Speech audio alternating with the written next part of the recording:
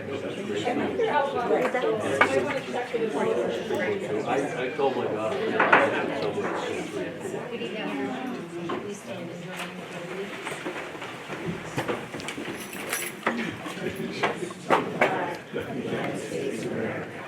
To the republic for which it stands, one nation, under God, indivisible, with liberty and justice for all. Thank you. Welcome, everyone. I hope you enjoyed your holidays and have a good start to the new year. The first order of business is action on minutes.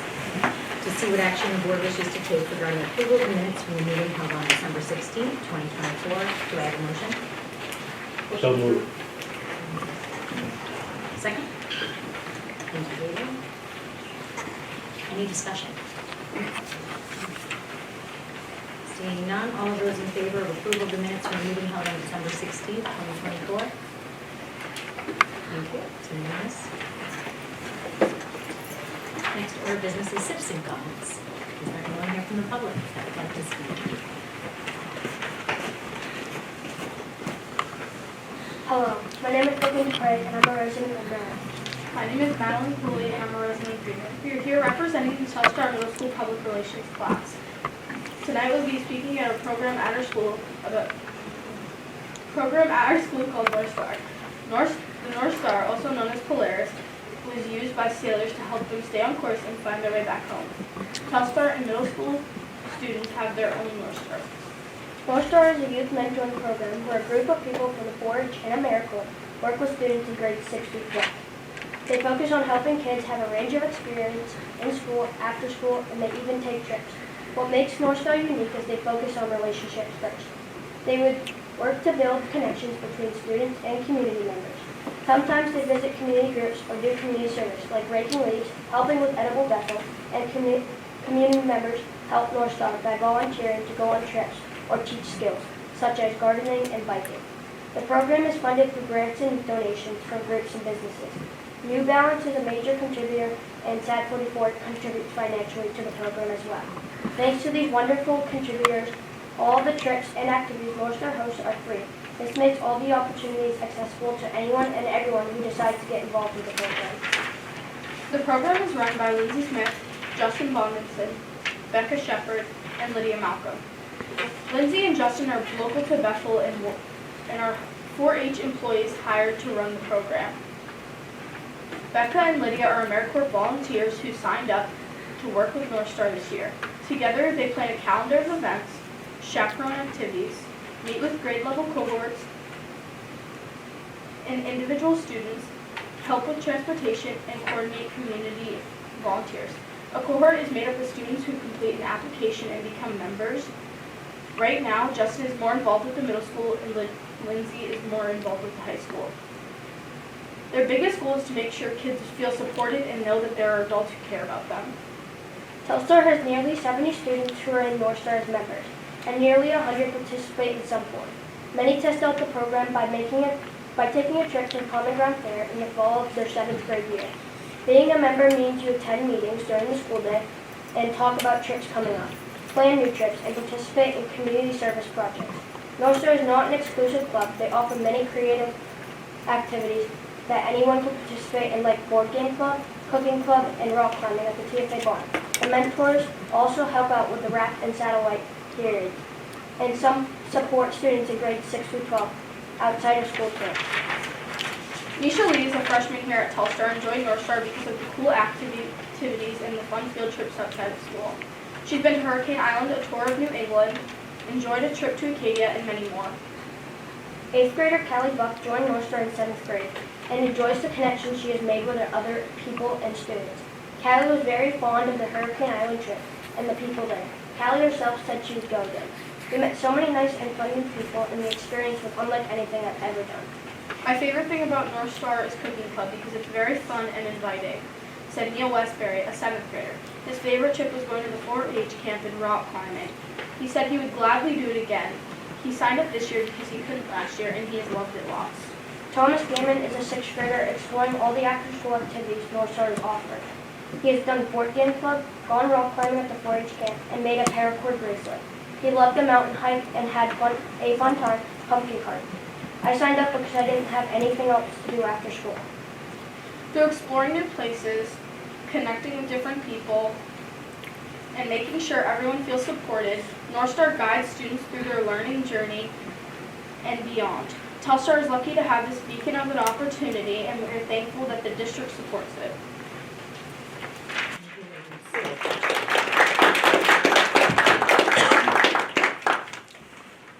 there anyone else from the public that would like to speak? Seeing no one, I will move on to board member comments. Are there any board members that would like to share this evening? Destiny? I attended the regional meeting for us, Western Maine, Kennebec, and York a few weeks ago. It was on Zoom. There wasn't too many of us, but it was interesting to see some of the different people's faces for a change, and get to hear about different boards and like their kind of successes and challenges right now that kind of are like ours and very different than ours. But some of the big things that I wanted to share with you guys was from MSBA. They had a legislative advocacy person on there. Not quite remember his name, I should have written it down. But he was really wonderful and really informative about some of the bills that they're currently watching at the legislative level. And I found some of them to be pretty interesting. I'm not going to go through them all because it's lengthy, but they are all on the website, and they also send out emails. I don't know if you guys get them, but you can sign up for them pretty easily. So I find a lot of them to be interesting. But one of the new things that he really touched on was on the website, there is now a spot to fill out opinions, and they can be like opinions that you can like specify are your own on things that are coming to like the legislative level, or even opinions that we can discuss as a board and then submit via our chair or our superintendent or any of us really that we might have as far as like things we want to consider. One of the big ones he touched on that I know we've talked about in the finance committee was like the EPS funding and how Governor Mills is trying to get to that 55% that we have all been promised for a long time. And so that was one of the big things that they touched on, and how we're continuously pushing for that. If there's going to be demands, then they should be funding us at the level that they've agreed to. Another thing that he let us know is that the ed tech contributions are supposed to be coming out this year, as far as when those raises have come into effect. The other thing that they touched on during the meeting was the school board workshop coming up. So that we just missed it. So I don't know if anyone attended that one, but I was going to. And then the other thing was the public school initiative. So Maine Loves Public Schools. I don't know if everyone's seen that floating around Facebook, but it's an initiative. I'm not sure who is exactly putting it out. They haven't made that clear, but I know Steve Bailey is really for it. And they have a lot of push towards getting different districts or even just individual schools towards putting their name out there and showing like the good of what's happening in public schools right now. Obviously, we've all seen the pushback on public education, and I think as a district, things like our TFA, things that some of our elementary schools are doing are really different and cool, and I think that could be something to put out there and possibly to consider just as a district to look at, to think about. It's not something that you have to do at a board level. I just wanted to kind of bring it up to you guys so you could at least go check out the website. So it's Maine Loves Public Schools. And it's just a lot about sharing, the different 3D printers that schools are getting now, the different workshop programs, more towards the tech side of things, not just, that we're pushing for testing, that we're pushing for college, the other stuff that we're doing. So yeah, so I just wanted to share that and thought it was cool. I would definitely recommend, if you haven't sat in on a regional meeting, that you do. It's interesting to hear how they do things in other boards. We are, I guess coming into this, I assume that everybody did it the same way, and they don't. Even just coming down to picking their chair. There was somebody on there sharing on how their process for picking a chair had still not gone well. That they don't submit early nominations, they just do it on the floor, and the first nomination immediately gets voted on, and if that one passes, then that's it. There's no more second nomination, and I thought that was really interesting comparative to like how we do it. And so, to learn different things like that, on how different boards are functioning is just interesting for any of us that are new or, might just not know it. So, yeah, I think that was all I wanted to share. Thank you guys. Thank you for attending the meeting. Yeah. Stephanie? I just want to thank Madeline and Brooklyn. They did a great job. I know it's not easy coming and speaking in front of all of us adults, but you guys have a really important voice for the board to hear, and so it's really nice to hear things from a student perspective. So thank you. Anyone else that would like to speak? All right, moving on to the chairman's report, which will be brief. The town of Greenwood has reached out to the Greenwood board members, and we are Destiny and myself have asked that we attend their budget meeting tomorrow evening in hopes of getting a better understanding of the SAD44 budget and process. We all plan on attending, and I'll report at the next meeting from that finance committee. And if approved, at the end of this evening's agenda, we will enter into an executive session. So at that point in time, anyone excluding board members or the superintendent need to exit the room. The public is welcome back once the session is concluded, but we will only be returning to open session to adjourn. And that concludes the chairman's report. For upcoming committee and board meetings, the next SAD44 board meeting is Monday, February 24th, 24th at 6:30 p.m. here in the Telstar Library. The Education Committee meets next on Thursday, February 13th at 3 p.m. in the Roy Savings Bank Conference Room. Finance and Negotiations Committee will be meeting Tuesday, February 4th at 5:30 p.m. in the Superintendent's office. Facilities and Personnel will meet Monday, February 24th at 5:15 in room 131 here at Telstar. The Policy Committee will be meeting Monday, February 10th at 10 a.m. also in room 131 here at Telstar. The Region 9 Cooperative Board will meet Wednesday, February 5th at 6 p.m. at the Region 9 School of Applied Technology. Moving on to committee reports, reporting to the Education Committee, Ms. Kay. Our last education committee meeting, we met to get an update from Mr. Penny about the Power School information brief. Very informative, but quite honestly, I think Mr. Penny's done a great job presenting information to the broader school community, so I don't think we learned anything at that meeting that wasn't shared publicly. Just working through figuring out, what information was taken. The good news is that we were in such early stages of implementation of Power School that we really didn't have a lot of information anyways. Still concerns to be addressed. It sounds like Mr. Penny is working to address the concerns of parents that are concerned, which is great. We also looked at a new potential procedure for the use of AI in our schools. Looking at using a procedure rather than a strict policy, just so that we can be a little bit more nimble with it, as opposed to making a policy and then constantly having to change it. Looking at starting with a procedure that goes in what I believe would be the handbooks. And then just seeing how things develop and what best practices come out in the next few years as things are changing so much. And for Facilities and Personnel, Mr. Kendall. Today we met down at the bus garage. I don't think any of us had gone in there, if memory serves me from our conversation. So it was nice to get a tour around there and see what's been done since the great flood of last year.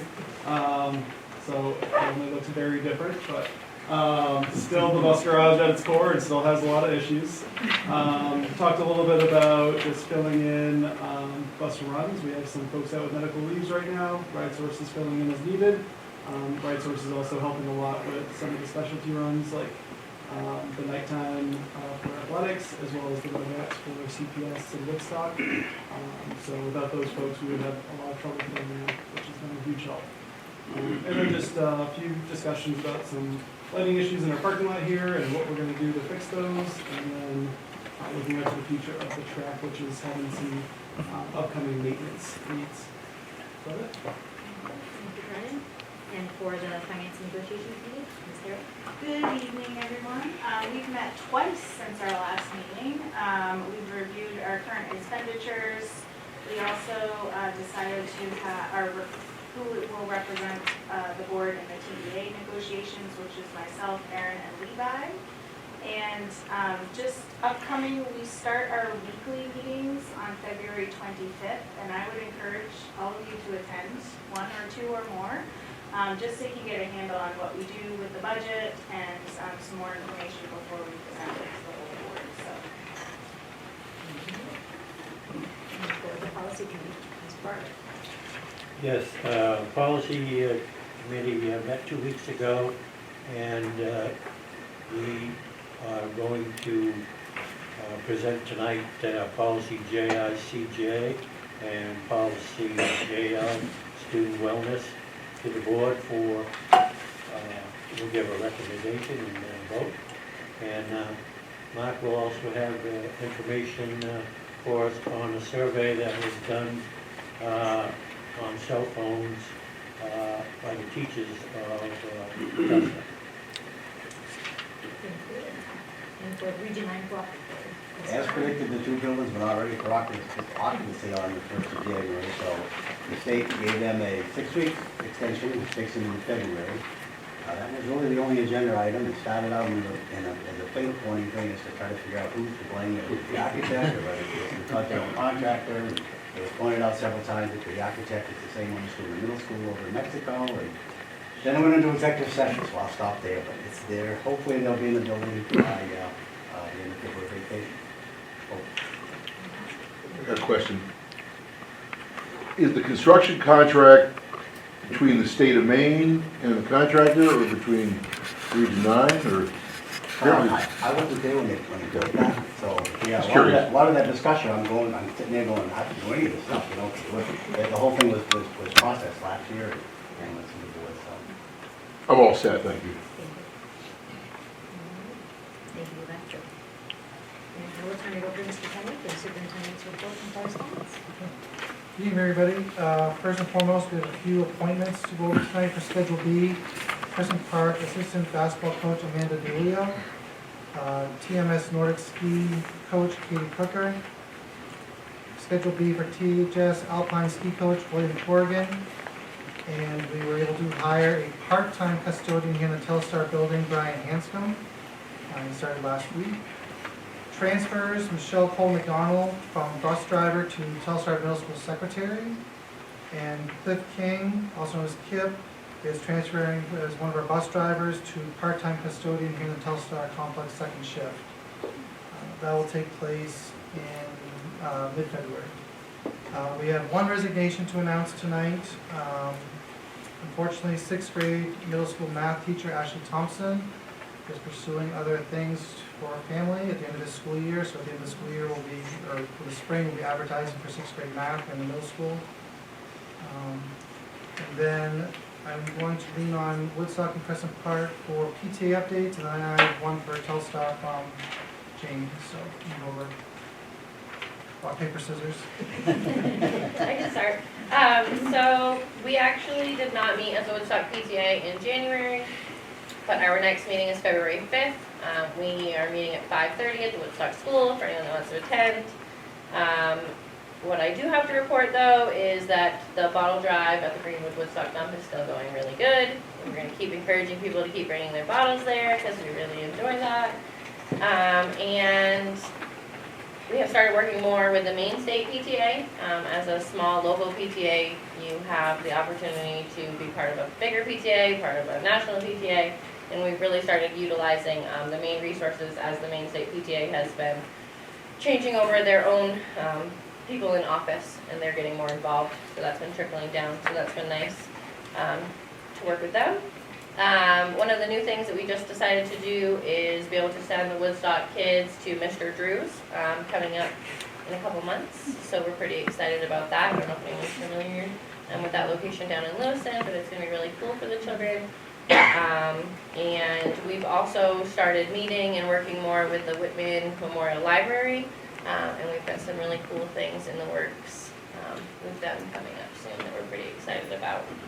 So, yeah, besides that, that's just about it. Over at Crescent Park, we also did not meet in January, but we are working on several different things. We've got the Crescent Park specifically is doing a couple fundraisers with carnations, which I think are very popular. And then also pizza kits. Those are fun. Yes, had that Saturday night, not bad. And then, they're not bad. The kids can make them themselves. They're perfect.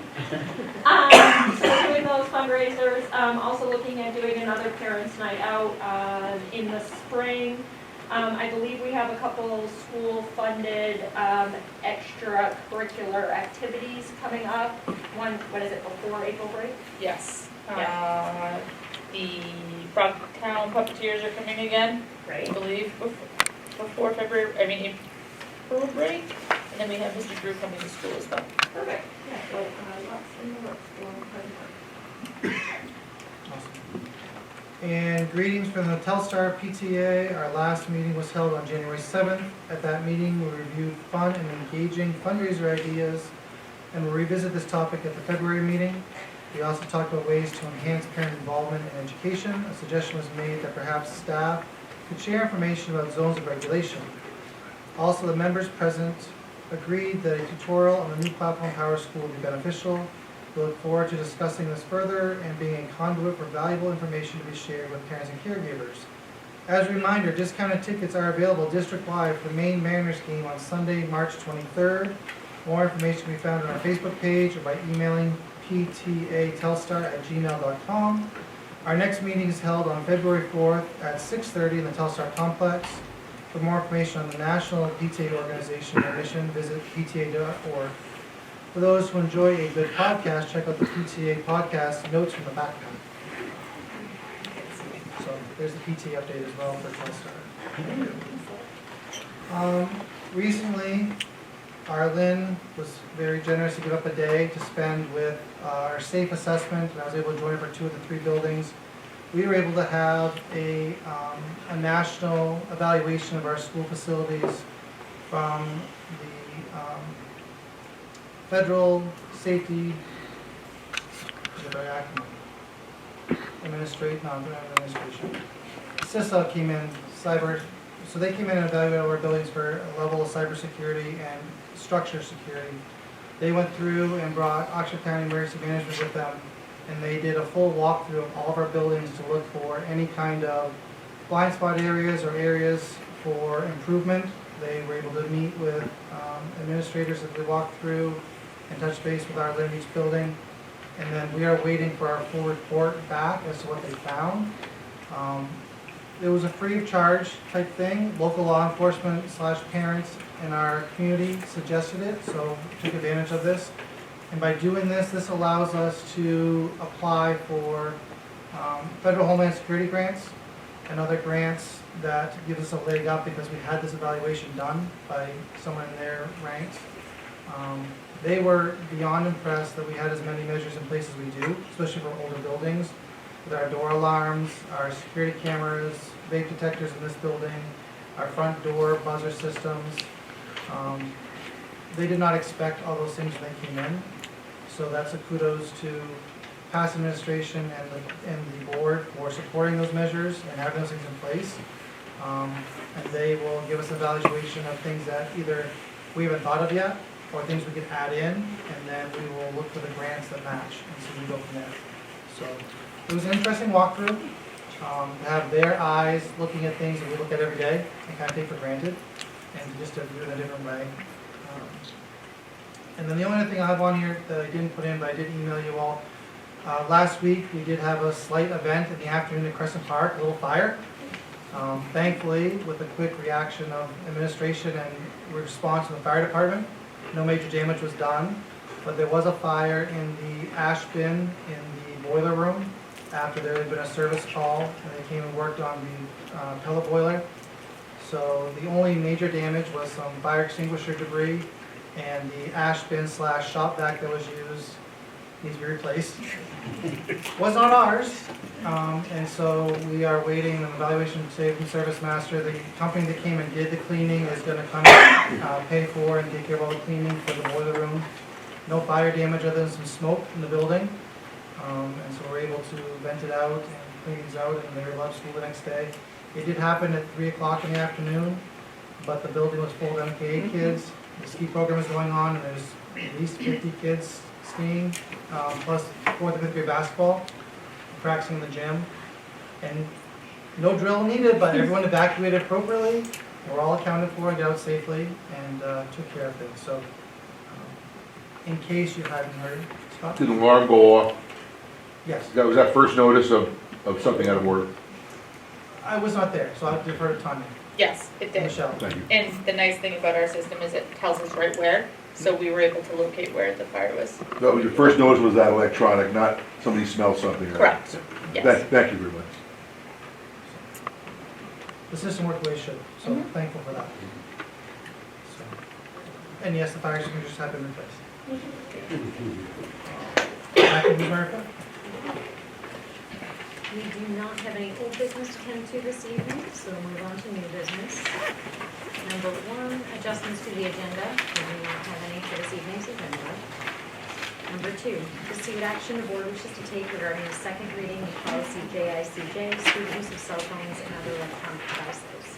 And the policy committee will have a recommendation.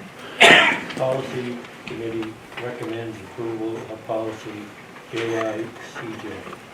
Thank you, David. Where we have that recommendation, we do not need a second, so I'll open the floor for discussion.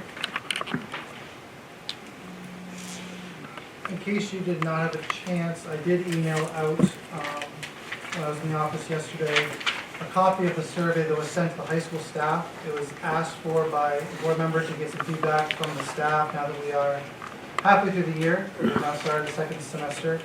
And the staff responded to some questions are in there. I also included a second email that I received from one of the other teachers who did not fill out the survey, but gave a lot of points of view as to feedback coming back as far as what the interruptions were like in their class. Do they feel like they are supported? Do they have what they need? You see a variety of responses, but all in all, I think that the responses from the teachers are similar to what the administration said back in the beginning of the fall before the school year started. We don't have a rampant chronic issue with cell phones in the classrooms. The teachers who have procedures in their classrooms have fewer issues than those who don't. I think one of the things that was noted here, teachers feel it's slightly challenging because all the teachers aren't doing the same thing, which does cause, create some challenges and issues. There was some interest to those who didn't already have the cell phone caddy or a place to store them. Something came up in education committee, also in the policy committee, that should we be looking at a universal way for teachers just to collect the phones and have them in storage versus expect them to do it on their own. So that's something that we can discuss and decide upon if that's something we feel that would help with this procedure. When we've had issues and the teachers reported issues on their cell phones, it's a couple of students who do it frequently. It's not a lot of students doing a lot of time. It's a few students that have a really hard time to separate from their device. And it seems that in some instances, a certain teacher feels that they had an issue more with younger students, 9th graders in particular, and part of that is because they do use them quite frequently down at TFA. And then when they come back, part of their educational practice, but when they come back to this building, it's not used in the same way, and some students like to try to continue that same practice versus shift their rules a little bit. So that causes some of the frustration and pushback. Are there any questions, or if you didn't have a chance to go over the results of the survey, or anything you want to point out? Like, Laura, I didn't want to read it to you, but I did read it. It was briefly, but I did read it. I think what you said is true. Like, the bulk of what I got was it's not a widespread problem, but it's a problem, but with the same people over and over again. We don't have anything in here of what the steps are, but we left it open for you to decide that based on the student handbook. So it'd be nice to have in the student handbook if you cause an issue this many times in the student handbook, this is what happens. Yep. I think that's what the teachers were kind of asking for. It would be nice to see that in some way. what was redlined in the policy itself, the instance of the first through fourth, that is what is in the handbook. We just took it out of the policy so that it could be more flexible as administration needs to adjust as they went. So it is in the student handbook, but it will not be in the policy. Is it being enforced as one teacher wrote 9 times That same issue, same kid? I believe it is, and I believe that student they've worked with the administration and they've been, one of the things that I think that's first started, and I don't want to speak, but chime in. When we first started doing this, and I can say it as building principal back, when you try to take a student's phone, it was a big blow up. And we try to put procedures in place where you get a warning, just like most discipline situations in class. And after that, if they can't comply, then there's a referral to the office. And then if they continue to do that, then the phone goes and stays in the office, parents have to come in and pick it up, there are steps to go through. Some kids are very stubborn and don't care, and they're willing to keep repeating over and over again. I think one of the shifts too is we also have the phones on the have the smartwatches, which is a challenge. The phone's away, but then they have their watch. They also have their laptop, so they have other means to get to it. But John and Brandon, not to put you on the spot, but you guys specific feedback? Yeah, I think, so one of the things I would say is that teachers have to call, right? If they want me to become involved or want John to become involved, right? I have only gotten 3 calls from the high school for cell phones this year, right? So they have to call in order for me to use the step. It's the same ladder, 6 through 8, that I use for discipline around phones. So the survey was a surprise to you and that? No, not shockingly surprising, but like you gotta call in order for me to be able to help and do that stuff, which we're happy to do, but it does. It becomes a bigger distraction in the classroom, right, for teachers, right? It's hard, right? It's that balancing act of I want to keep teaching and I want to keep working on my curriculum, but then, right? And sometimes it's once they call, then the cell phone goes where it needs to go. So lots of times it's, oh, we're calling you. Oh, no, I'll put my cell phone over here. Don't really call her. Never mind. I'll chime in just a little bit because I'll speak specifically. There are a couple of kids that do have an issue, and they take more time to correct the behavior. And you can see the behavior change, and some students take a little more time to change the behavior than others. For instance, the one math class that has the student in there that has an issue with their phone, the first time I got called, they had to get removed from the classroom and receive disciplinary consequences. The next time I got called to the classroom, given the consequences that they had the previous time, they learned their lesson and responded appropriately to the teacher and put their phone where it was supposed to be. They did have to get to the level of getting me there to do it, but that's a huge step in the right direction. So hopefully the next time the student's going to make the right call and not have the intervention. So it's a process of steps, and that's why it's a teaching thing. And I still strongly believe that that's what our job is, to teach them when it's appropriate to use it and when it's not appropriate to use it. And some people need to be taught a lesson a little bit more than others, that's all. I'd also just note that I did see on the survey that it was interesting that from 1 to 5 on the ranks with 12 responses, nobody said it was a 5, and only 1 said it was a 4, which is the highest. We actually had 3 that said that they never had a problem, and 7 said that they rarely have a problem. So that was interesting to read. Good question. There were about 14 responses. What was the total pool of potential respondents? 19 teachers. 19 teachers in the high school? These are high school teachers? High school only, yes. So, Because at the high school, if you don't mind, we totally don't disagree with our approach to the elementary and middle school, and we think that's right on. But when you get to the high school, the philosophy is that it's our job to teach them. Who else is going to? They're going to get to their job. Their employer is going to say, "Why is your phone out? You're fired." I don't want that, and my teachers don't want that.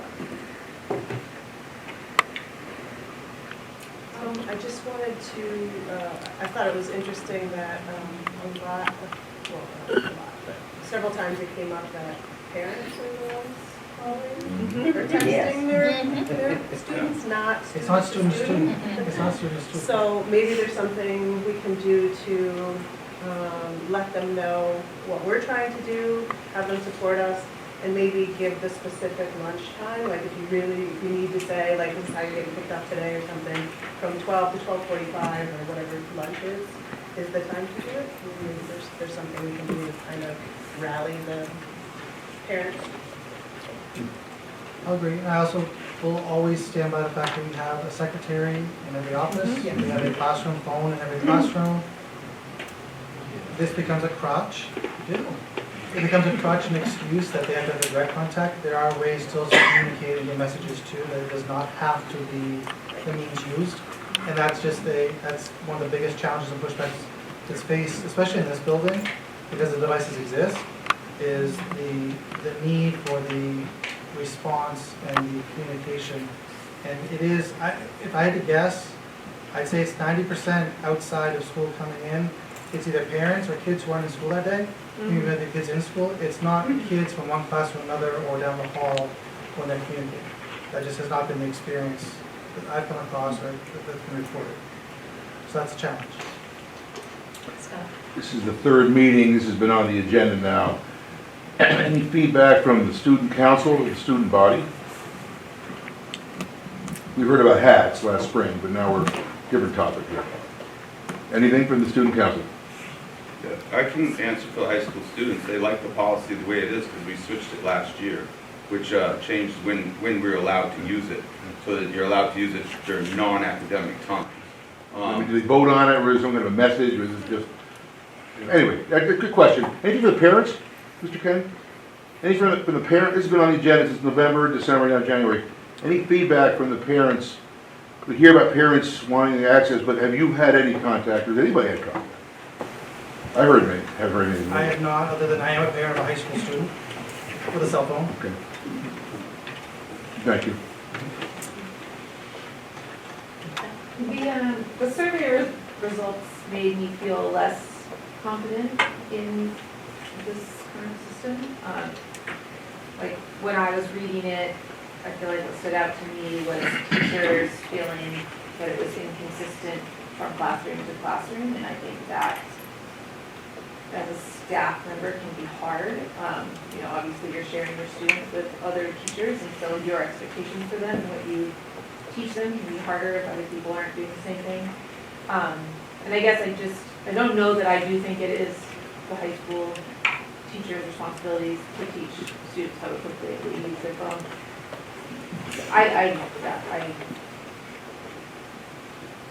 You know, the policy just being at the discretion of the school doesn't feel like policy to me, so. And I feel more strongly with that after reading the feedback from the teachers.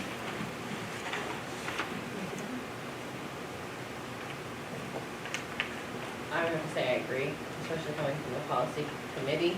I wish we'd kind of gotten this survey results before. Definitely made me feel less confident. Okay.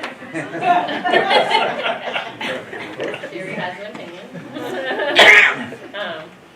Yeah, I would just guess I would second that. I mean, it's funny, the way I read it was like 11 out of 14 was voted either 1 or 2 that it was an issue to them. So And I saw that, but it was the comments, I guess, the comments of feeling like there was unfairness. I felt like the majority of comments were. You have that with any classroom management system. Everyone's going to have their own style and be different. So that's always going to be a challenge. Teachers are always going to be prepared, classrooms are going to be prepared based on how they connect with the kids, what they're teaching, what their style is, how they manage their classroom. So I think this goes along the same line. It's hard to always have it be completely lockstep if there's any kind of choice involved. And that discretion piece in there for style and management. I feel like if we start getting too detailed, then we're looking at taking away a teacher's autonomy, which I feel like is kind of asking them to do something with their hands tied behind their back. Because if one finds a really great way that they manage their classroom and they're able to do it this way, and perhaps if you put something in place, you kind of, and it goes against what that teacher feels is how they manage the best, it is tying their hands behind their back. I don't think they can. I don't think it's giving them all a fair shot that way. I also read the same way you did. I felt like overall it seemed, I actually felt better about the policy after I read it. I was like, oh, this seems like everyone's kind of more or less on the same page. Correct me if I'm wrong, Destiny or Beth, but it seems like your concern falls more on procedure rather than policy. I guess I don't understand, I think I still don't understand the need for them to have them. Like I don't, like putting them in their locker and not being allowed to have, being allowed to use them at lunch and take them out of their locker, or being required to put them somewhere. I guess to me, I just don't understand what they're gaining by keeping them on their own person during academic time. And so I guess just like, yeah, I mean, it's sort of like, I don't need it strongly as a policy, I guess. I still don't know what is the, you know, it's just like, oh, please don't be on your phone during academic time. And I guess I would say that it's not so much with that specifically what we're gaining, but that we're losing that battle, where there isn't the time spent trying to manage whether they're actually possessing a device. And maybe the policy could be, it would be more of a policy if the implementation of the sort of phone hotels or daycares or whatever they call them, the little pouches that some of them use that seem to have success with it, if the policy was to turn them in on the way into classrooms. That's how I was feeling. I was feeling like it felt more like if that's what was working for some teachers, then maybe we should just make that just something that we work towards investing in as a school and making policy so that it's fair from each classroom. I just think at that age, being told that one classroom is this way and one classroom is another way, I know when I was in high school that would have just been constant confusion and making me want to rebel one way or the other. So I just feel like across the board just seems to make more sense, and I just feel like that seems like it's working, so that just seems to make more sense. Like, why not just make that universal, I guess. Working for some. There were definitely responses that didn't want that. Right, and those ones just seemed like they weren't even doing anything, though. So, like, perhaps. But yeah, that was where I was thinking from. That was my perspective. Go ahead, Brian. Mine was going to be the way you phrased it. I'm definitely more procedural issue with all this than policy, because I do see some of the need for it, and some teachers could use it more than others. So definitely the procedures being a little loose is my biggest concern with all of this. And going back to, it kind of stewed on the comment about they have to call. Why aren't they comfortable calling? They kind of hung on to that. Why aren't they calling if there's issues? So I know they have to call admin. So like, what's the training for teachers regarding these items? Like, why are they not calling when there's issues consistently? If they're saying in the survey, but they're not always calling. Like, what's the training for the teachers right now for all this? It's discussed at staff meetings. Yeah. But is there like procedural, It's like? the same procedures for X, Y, and Z? discipline as for any kind of behavior issues. It follows the same procedures. I mean, I think one of the keys for not calling is it takes up class time. You have to stop teaching, you have to call, you have to write, like, if there's a process and it I just takes don't, up I just don't think the, educational time, which Yeah. some teachers really struggle with giving up compared to, am I gonna fight that fight right now, or am I gonna just keep teaching? I'm just afraid there's not a consistent process for when this happens. Like, if somebody's the problem consistently, like, when they come to school, they should go to like admin and drop it off there. So there's no teacher issues. But it's not laid out, so they don't know. There's like, what is the XYZ for as you continue to have issues with particular students? Because as a whole, like, I don't want to punish the student body as a whole, for the ones that are doing well, but are we being strict enough and have the procedures laid out for this, for the teachers, so they feel like they're getting back up? I don't think they feel necessarily all the time. Yes. I think you just hit it right on the head, and I think that we should look at my staff should look at the procedures. Right. And let's let my staff together as a whole, I'd be willing to use some of my next staff meeting, bring them together and say, you know, we've gone over this survey. One of the big things, so we try to honor teachers, their classroom. Like, it's their classroom, and there's some sort of, teachers know, it's like, hey, that's your classroom, and we allow you to do some things. We have rules in place, so I believe, like they said, because everybody's doing things different, that can make a confusing message. So that's where we need to improve, and you just hit it on maybe the procedurals, showing the steps and getting them lined up. If I bring it to my whole team, which is what I do with all my stuff, include my teachers, because I want their opinions and views, get them to actually draw up the procedures so that they know, so they agree exactly as a team what they want to do specifically, then we enforce their will. I mean, and I think that also is like consistently, like somebody just mentioned, I think providing those caddies to every teacher would be great, so then the teachers don't have to think they have to come up with their own system. And I'll bring that to the teachers too. It's like, one thing you guys said was you'd like to see consistency. So what consistency would you like to see?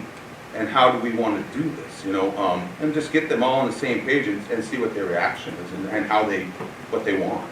And I'd be more than happy to do that my next staff meeting and bring my staff's information back to you if you want. I don't know, I'm just thinking. That's all I'm looking for, is just procedural guidelines that everybody's in agreement to.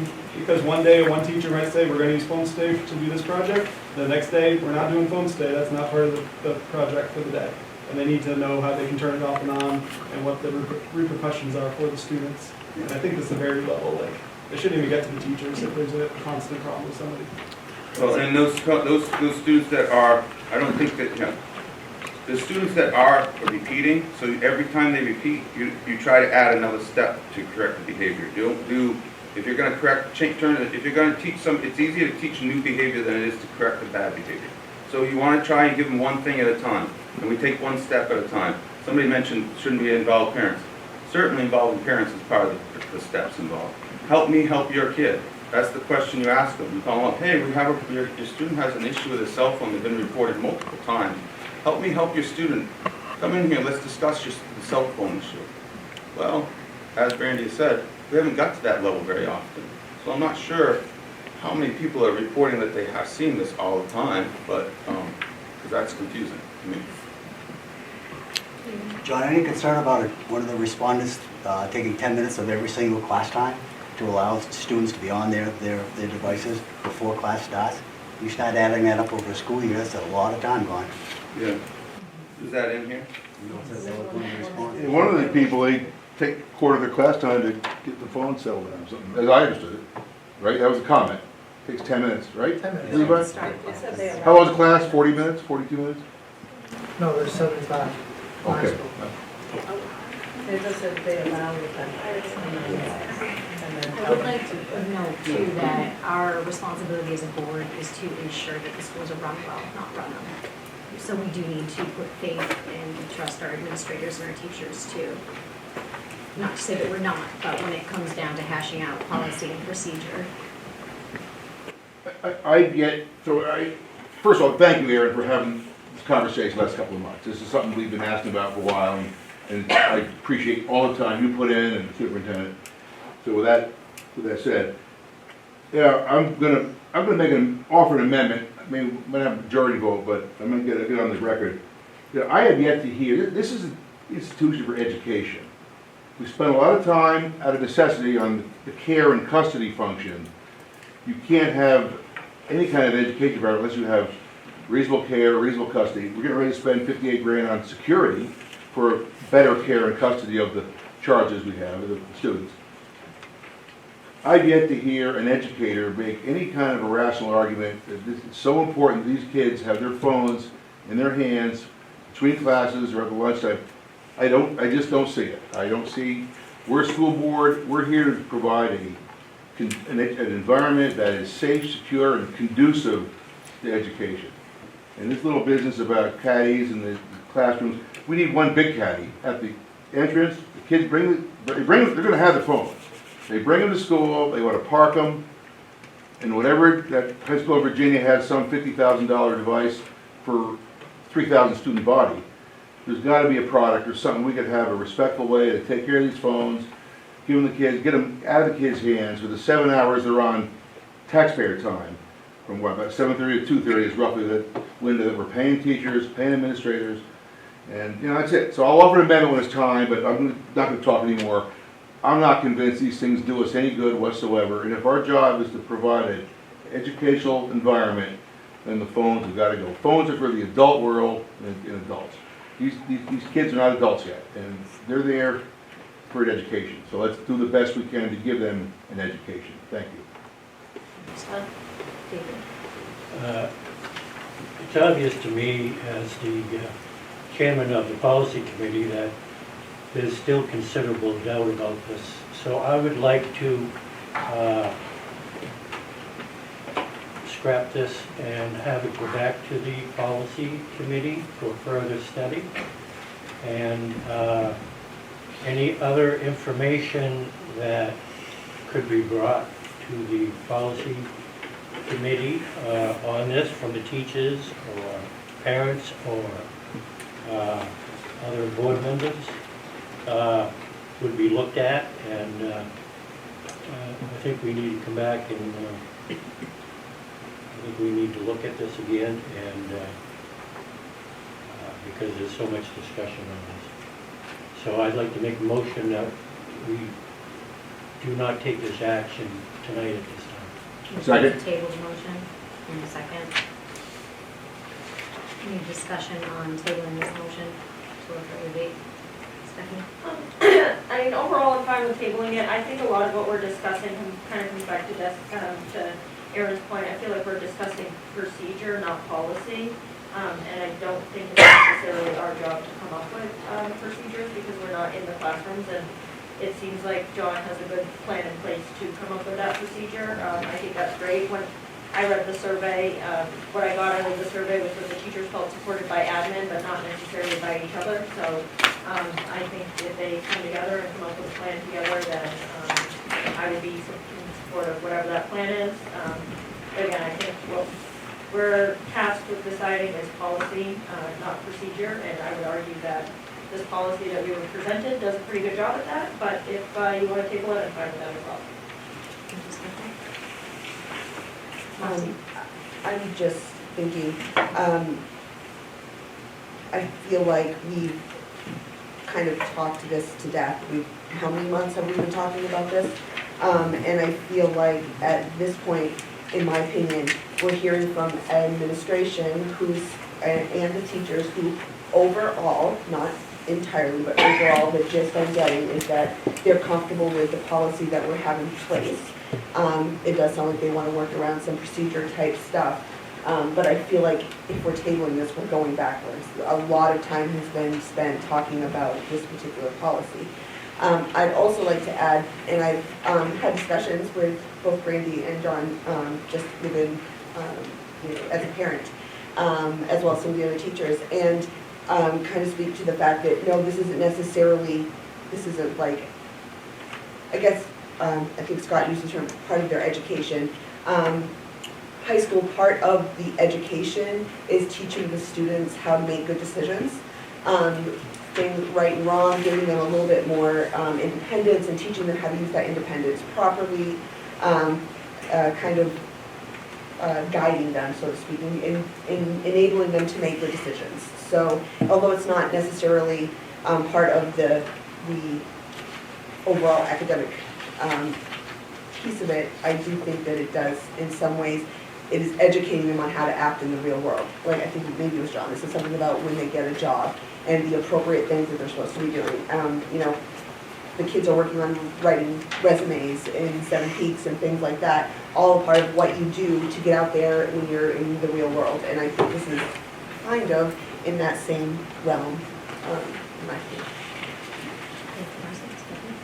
And I do agree that there's some things to hash out procedurally, but I think at this point, we've asked for admin's point of view, we've asked for teacher point of view, we've gotten it. It's very difficult for me to say, well, thanks for your point of view, but we're going to do something else. Right now, it feels like the majority of people think it's working as is, and it's a policy that can change year to year. Like, we can make it a procedure to tap into admin and teachers every year. And if we want to, and get kind of a feel to see if we're still trending in the right direction. And if not, then I absolutely will support teachers in coming up with a policy that better meets their needs. But for right now, I feel like we've asked everybody, we've gotten the opinion from the inside, and it just feels strange for us as a board to turn around and reject. So thanks, but we're going to go our own way. Not to something I think, but how often can you reintroduce the policy? Is it every year, or can you do it more often? I don't think there's a limitation, it's just we have to. So I was kind of on the same page as to, I'd like to vote tonight, and because I don't want to keep it all over again. And then let them develop a policy. I think it's a specific procedure, sorry. I think it's just the superintendent can institute those according to the policy, correct?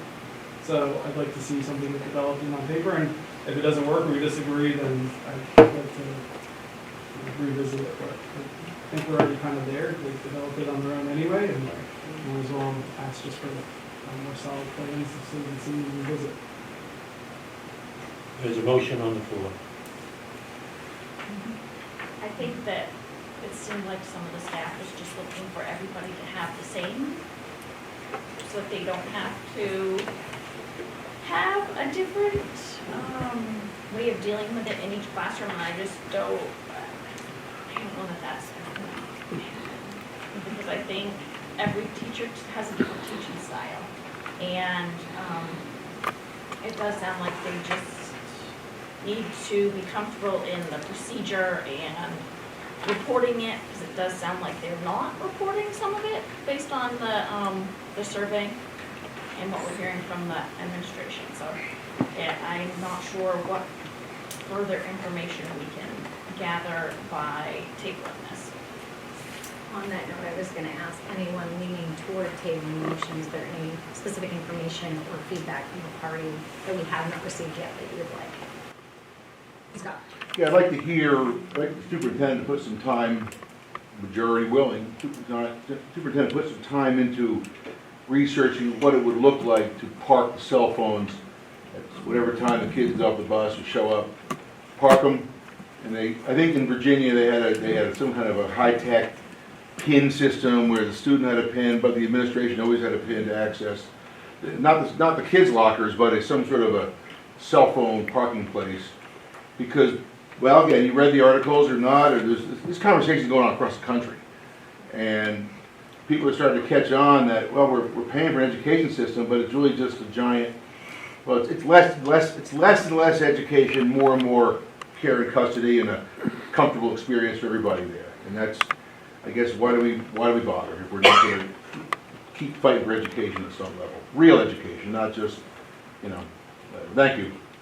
So I'd like to hear, if the student has time, that's what I'd like to see what would it look like if we started a ban, basically a ban on possession of a phone inside the building during school hours. That would start the next school year in my book. So that's my thought. That's what I'd like to do. Respectfully, I just don't feel like you have the right to task Mark with all these goose chases. I said majority willing. Okay, I just. What more can I say? Okay, Thank you. I just think you're the only person that's really interested in a wide ban, and I just don't think it's fair Maybe to we should vote. send Mark on these goose chases for information that you're interested in. I don't appreciate it being characterized as a goose chase. I like to know things. I'm asked to come here and vote. I know our law firm thinks we're supposed to be puppets for the administration, but I don't agree with that. Let's stay on topic, please. And, yeah, that's right. So I'm asking for things. I like to have an informed vote when I vote on something. If I'm asked to vote, I don't want to be a stage prop. I don't want to be a puppet. I want to be a thinking individual. Thank you. What other information do you need? I've already described it. I'd like to see a game plan on how we park phones. If the majority doesn't want it, if there was Stephanie, that's fine. I accept that. Thank you. I would also be interested in knowing what other options high schools are currently using. Because I know that the school I used to teach at, they park their phones and they go in the building also. And I know if I were teaching, I would also prefer that, but I'm not teaching right now. But I do think it would be interesting to know. Well, we had some of that information when we first had our discussion. We talked about area schools and what their policies were, I believe. So we have some of that information, at least locally. And it's hard to compare our school, it was one that you were mentioning, Scott, that has a student population of 3,000 students. Each school and district across the nation is going to be different and probably warrant a different approach Fair, but, similarities. and differences. Can I ask a logistical question? Do we all have to agree on a, like, when it gets voted on and it doesn't, Pass the majority. Majority has to pass the like, vote. I don't have to vote for it, right? And it can still pass? Okay, I'm just asking. Because You do have to vote, but you would. I understand. I'm just trying to understand, like, Does not mean at some unanimous. point, we're obviously not all gonna agree anyway, and so I guess I'm just trying to understand, like, Perfectly how fine. the process actually works. Like, we can disagree and not have to table it and. You can abstain, right? No. You cannot No, abstain. you can abstain for conflict, but not because you don't vote.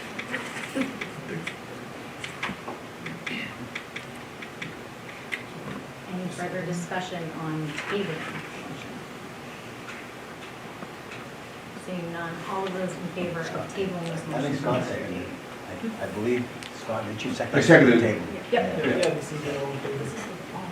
We're voting? So all those in favor of tabling this discussion to a further date? All of those opposed? What's the count? 3 in favor of tabling, 12-3. 12 against. So moving back to the motion, any further discussion on the agenda?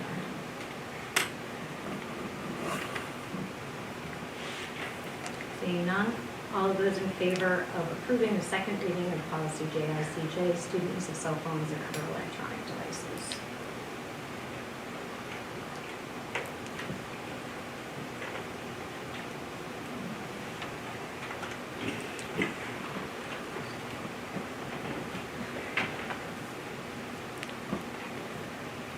All of those opposed?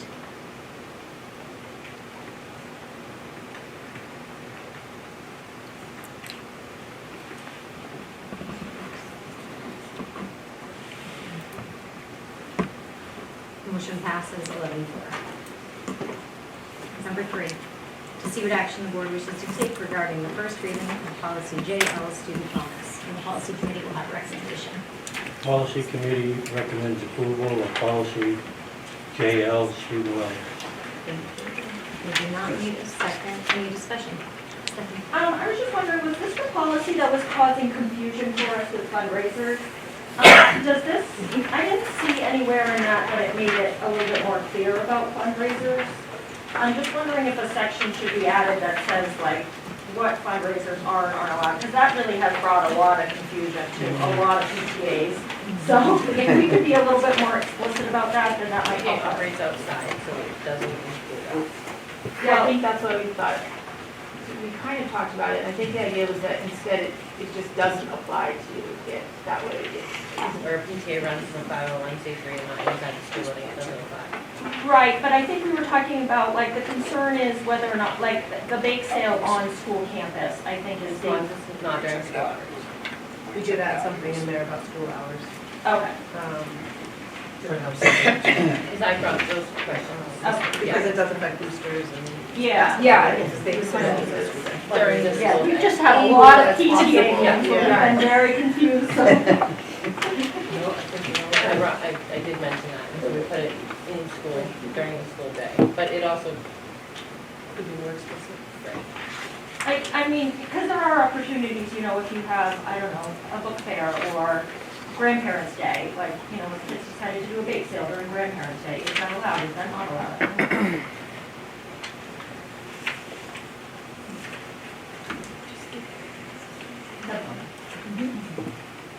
And this is the first reading too, so just kind of. we didn't say anywhere it's not allowed. Right, and I mean, that's what all the PTAs have been like operating under, I feel like, but we're also like rule followers by nature, so like if we know that there's a policy that's there that's saying we can't, then like nobody feels good about that. So We use the words encourage a lot. Which is not a policy. I'll go back to stuff, I do believe there is a set of policies on fundraising, separate from the wellness policy. Okay. So we could look for a cross reference on that.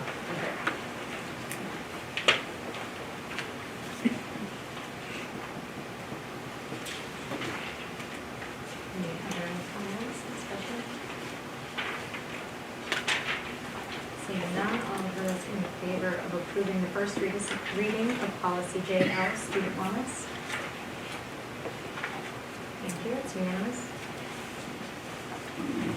Number 4, to see what action the board wishes to take regarding increasing sub-pay rates due to the minimum wage increase of 2025.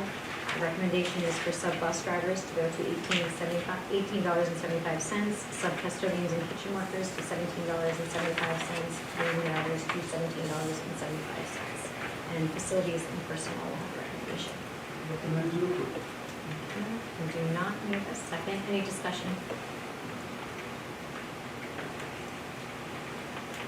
Seeing none, all those in favor of increasing sub-pay rates to the rates mentioned? Thank you, it's unanimous. Number 5, to see what action the board wishes to take in accepting a Homeland Security grant in the amount of $58,288.19 for the Oxford County Emergency Management Agency, or CEMA, a sub-grantee of the Maine Emergency Management Agency, MA, for improved access controls at Power Complex and at CPS and WPS as well. And facilities and personnel will have a recommendation. Recommendation to approve. If you're not, you're just, any discussion? I assume this is just procedural, and what would be the downside of accepting $58,000? Takes out your budget. Takes out your budget. This was a grant that Dr. Murphy was writing. This is the last one he did, submitted back in May. We were informed after Thanksgiving that we were awarded it, but we just found out the letter in January. So we're waiting to find out what was actually approved, and how much the dollar amount actually went through for. I did get clarification initially that I was hoping that we could take some of this money and use it for the other 2 buildings, but it was originally written for this building only. So the money has to be spent here. So we will look at using these funds for projects here and things that are under the capital improvement budget line, and use the budget money to expand out to the 2 elementary schools. Essentially, what we've earmarked this grant for in this building is to replace the front door buzzer system with a new buzzer and camera, and looking at the way the door locks work. It will allow for the secretaries to have an iPad now, to be able to see and view the screen versus the 2x2 square that they're working off of with a better camera system. It is going to put swipe cards on the back of the locker room doors, so that we don't have to worry about the key issue, and coaches and rec will have access, and we can set parameters on days of the week, hours of the day, turning keys off altogether when they're not needed. It would also replace the swipe cards at the front door. The goal is that we also replace the swipe card readers at Crescent Park and Woodstock as well, and install the new cameras and buzzer system. Front door here and front door Telstar are part of the grant. The other thing that was on budget, but would go under this grant, would be to put vape detectors in the locker rooms, which currently do not have them. The bathrooms do, not the locker rooms.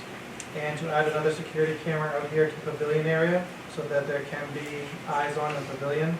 Some of those things were earmarked in your capital improvement budget, so we will just shift the monies and allow coverage for the entryway systems at Crescent Park and Woodstock out of the budget versus out of this grant.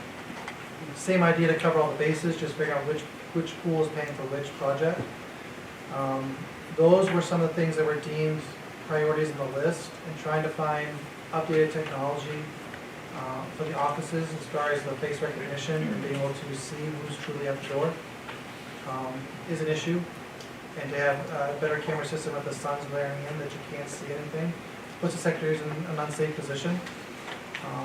And if we have the iPad systems, right now everything's hardwired, so you have to have North Station at this desk.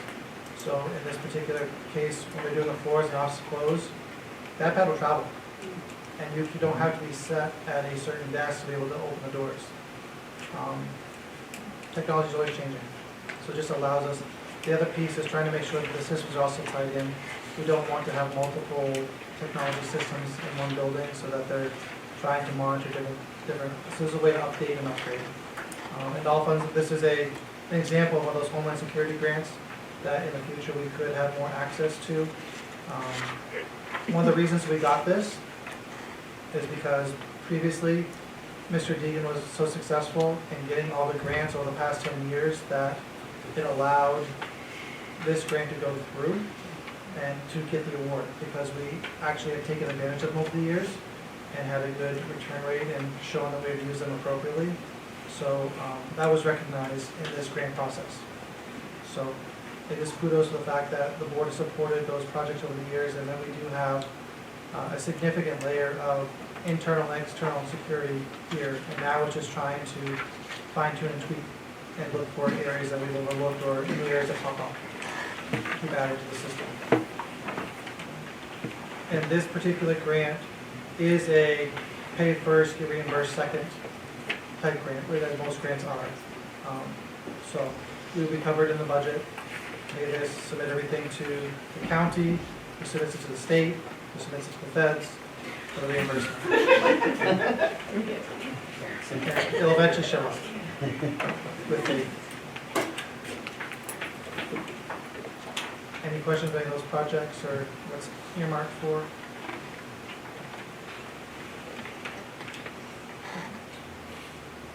Any further discussion? Seeing none, all of those in favor of accepting Homeland Security grant in the amount of $58,288.19, be it received, will make. It's unanimous, thank you.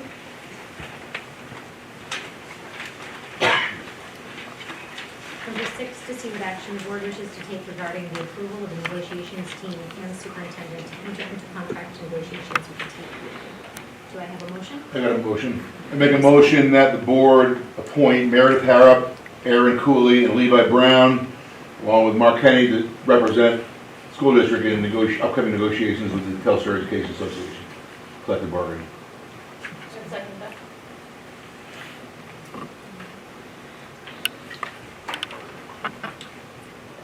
Any discussion?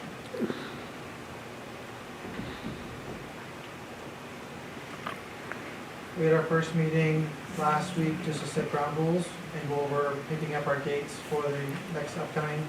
The first actual meeting is going to be a sit down on February 13th. And by February 10th, the TEA will submit their first initial proposal of what they are looking for to negotiate on to us by Monday the 10th. And then we'll be sitting down formally and introducing that into agreement or negotiations on Thursday the 13th. We then will set the next date for the next meeting, and the board will present their offer prior to the next meeting as well. So we'll just go back and forth from there, and then we'll set our dates concurrently after we meet each time. We come to an agreement. Any further discussion? Seeing none, all of those in favor of approving the negotiation team and superintendent to enter into the contract negotiations with TEA?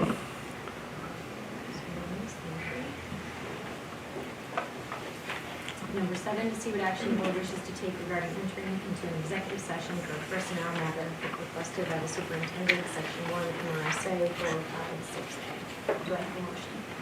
I'll make a motion that we accept, that we go in an executive session for Any discussion? Seeing none, all those in favor of going into executive session? It's unanimous. We take a very